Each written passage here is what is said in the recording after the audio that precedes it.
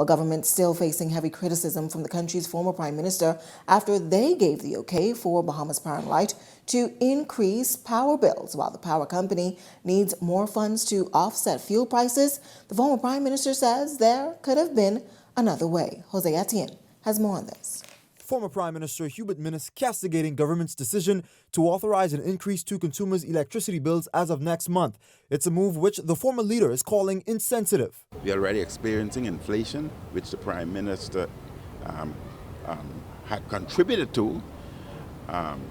The cost of living will go up even further. The increase being announced by the nation's leader yesterday was met with harsh criticisms as residents and business operators feel as though government is permitting the increase at an inopportune time.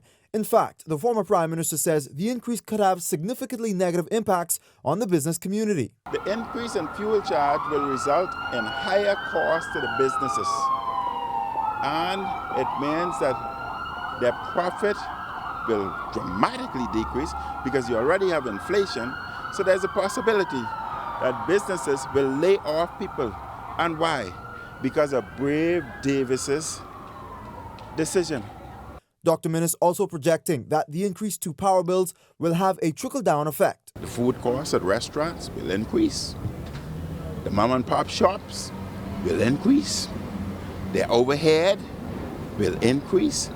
Now, while Prime Minister Philip Davis contends that government could not delay the price hike any further, Dr. Minnis maintains that there were several options on the table from the previous administration that officials could have considered. We had a negotiation, a deal for a new power plant that we were working out with Shell.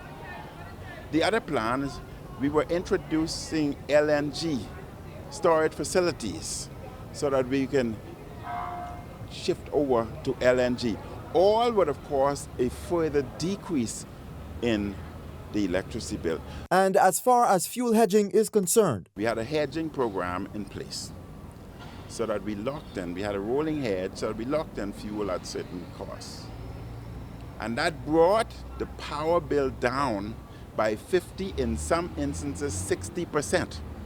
You review your bill, you would see it. Election was held, but the cabinet paper was prepared. The cabinet paper was prepared to carry on the hedging. Did the Prime Minister see the cabinet paper?